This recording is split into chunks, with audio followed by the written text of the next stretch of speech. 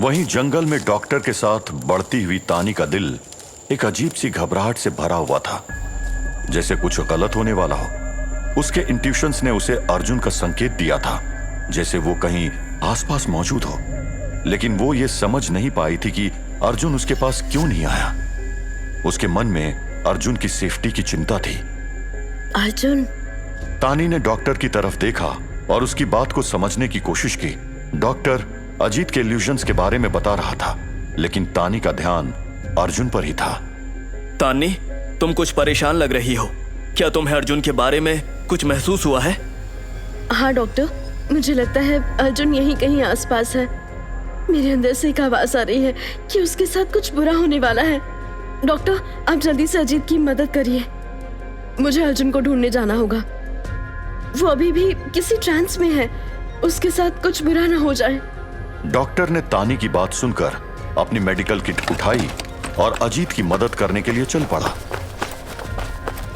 तानी ने अपने इंट्यूशंस को फॉलो किया और जंगल के एक छोटे रास्ते पर निकल गई। उसने पास बहती नदी की आवाज सुनी, जो उसके दिल की धड़कनों को और तेज कर रही थी।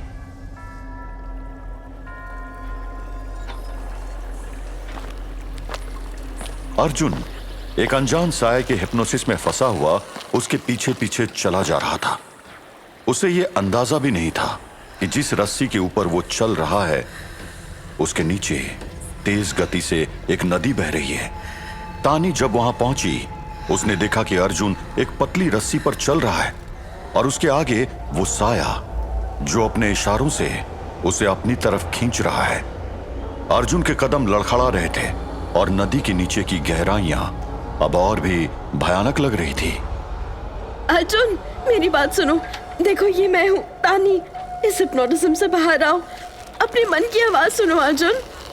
लेकिन अर्जुन ने जैसे तानी की बातों को सुना ही नहीं।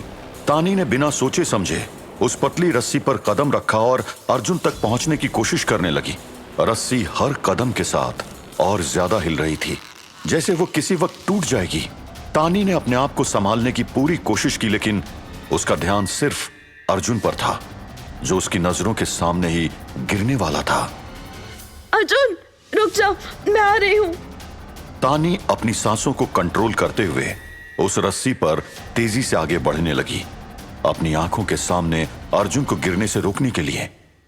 इस पल में तानी का दिमाग और शरीर अपने आप स्थिर हो गया। तानी ने अपनी आंखें बंद की और वो साधना की शक्ति से अपने आप रस्सी के दूसरी तरफ साए के सामने आ गई। बस, बहुत हुआ।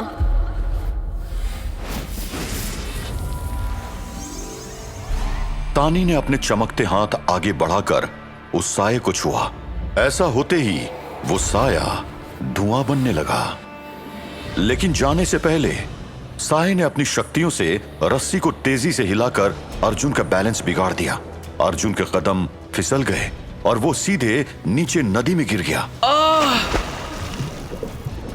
नहीं अर्जुन। अर्जुन गति के साथ नीचे जाने लगा। उसकी आंखें अब धीरे धीरे बंद हो रही थी और उसका शरीर पानी में डूबता जा रहा था।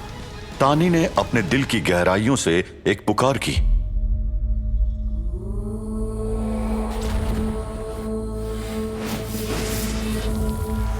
उसने अपनी शक्तियों को इकट्ठा किया और नदी के पानी को बीच में दो हिस्से में बांट दिया। आज तानी का अर्जुन के लिए प्यार उससे एक के बाद एक कारनामे करवा रहा था। जय माँ काली, रक्षा करो माँ। वक्त जैसे अपनी जगह पर रुक गया था। नदी का पानी दो हिस्सों में बिखरा, जैसे किसी देवी की कृपा से नदी के बीच का रास्ता बन गया हो।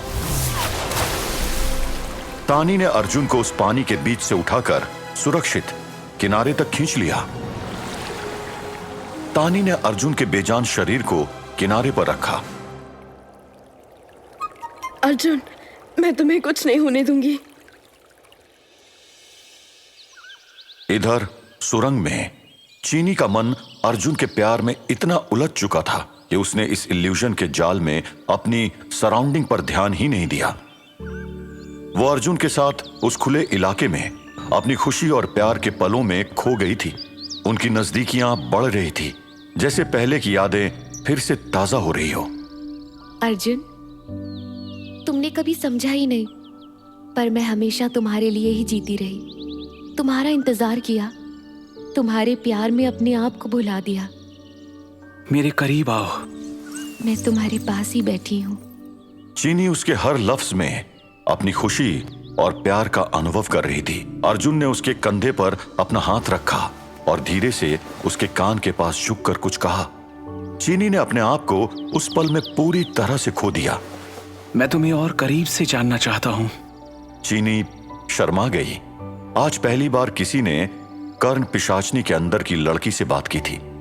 अर्जुन ने उसकी गर्दन को किस किया, जिससे चीनी पागल हो गई।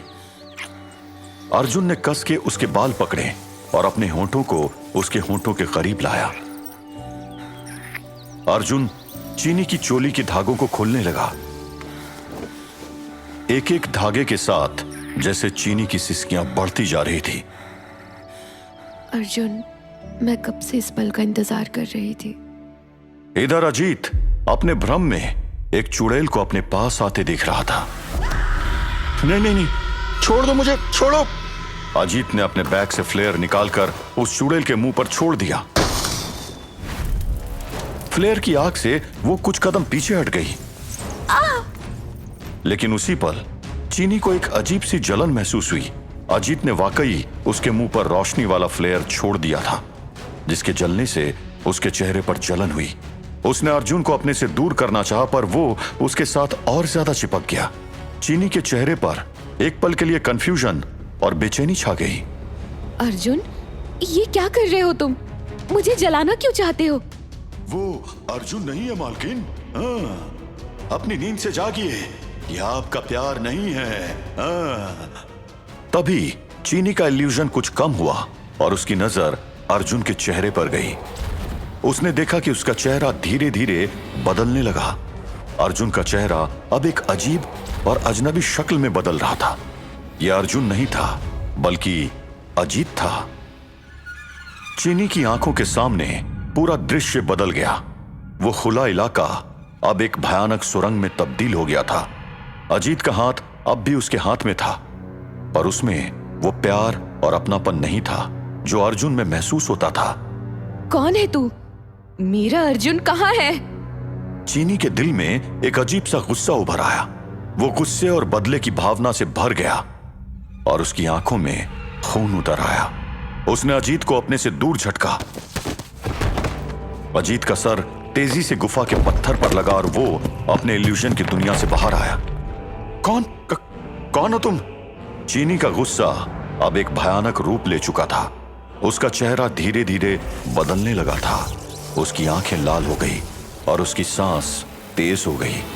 वो अब पहचान में नहीं आ रही थी। वो कर्ण पिशाचनी बन चुकी थी, एक ऐसी भयानक शक्ति जो किसी को भी नफरत और विनाश के अलावा कुछ नहीं देती। तूने मुझे धोखा दिया। तूने मेरे प्यार का मजाक बनाया। तू अर्जुन की जगह लेना चाहता था। मेरी आत्मा सिर्फ अर्जुन की है। तूने उसे छूने की हिम्मत भी कैसे की? अब तेरी सजा सिर्फ मौत है। मैं तो तुम्हें जानता तक नहीं। तुम्हें कोई गलतफहमी हुई है। कर्ण पिशाचनी ने अपनी पूरी शक्ति से अजीत पर वार किया।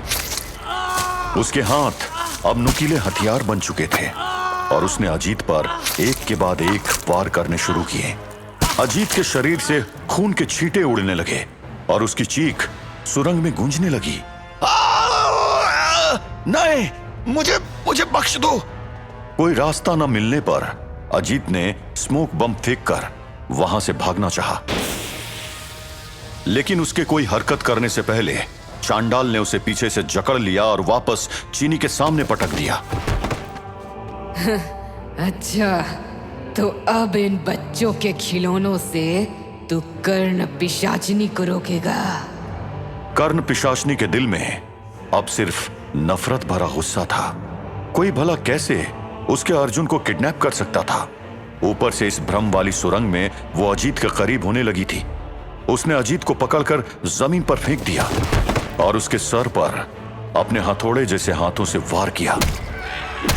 अजीत का शरीर तड़पने लगा, लेकिन उसके पास कोई रास्ता बचा नहीं था। कर्ण पिशाचनी ने अजीत के पेट में अपने नुकीले नाखून घुसा दिए। वो उसके इंटरनल बॉडी पार्ट्स को एक एक करके निकालने लगी। उसका हाथ अजीत के दिल तक पहुंचा और उसने दिल को अपने खून से सने हाथों में दबा लिया। ये सब इतनी जल्दी हुआ था कि अजीत का शरीर अब तक थरथरा रहा था। अजीत की आंखें फटकर बाहर लटक गई थी और पूरा शरीर एक मिट्टी के पुतले की तरह धड़ से गिर गया। कर्ण पिशाचनी के सामने अब सिर्फ एक लाश थी जो उसकी क्रूरता का शिकार बन चुकी थी। उसकी आंखों में अब भी गुस्सा था और उसके साथ एक अजीब सा सुकून भी था, अपने धोखे का बदला लेने का सुकून। चलिए मालकिन, इस सुरंग में रहना ठीक नहीं है। मुझे दानी मिली थी, मैंने उसकी मदद की। शाबाश, तू मेरा तुरुप का इक्का है। अभी तू मेरी मदद के लिए सामने मत आया कर। तानी के अलावा किसी को भी तेरे साए तक की खबर नहीं लगनी चाहिए। मैं कर्ण पिशाचिनी हूँ, कोई मुझे यूं ही नहीं मार सकता। चांडाल ने हामी में अपना सर हिलाया और गुफा से बाहर की तरफ चलने लगा। कर्ण पिशाचनी ने अजीत की लाश की तरफ देखा और चांडाल के पीछे पीछे चलने लगी। उसकी आंखों से आंसू बह रहे थे, होंठों पे हंसी थी। उसने अपने आप को संभाला।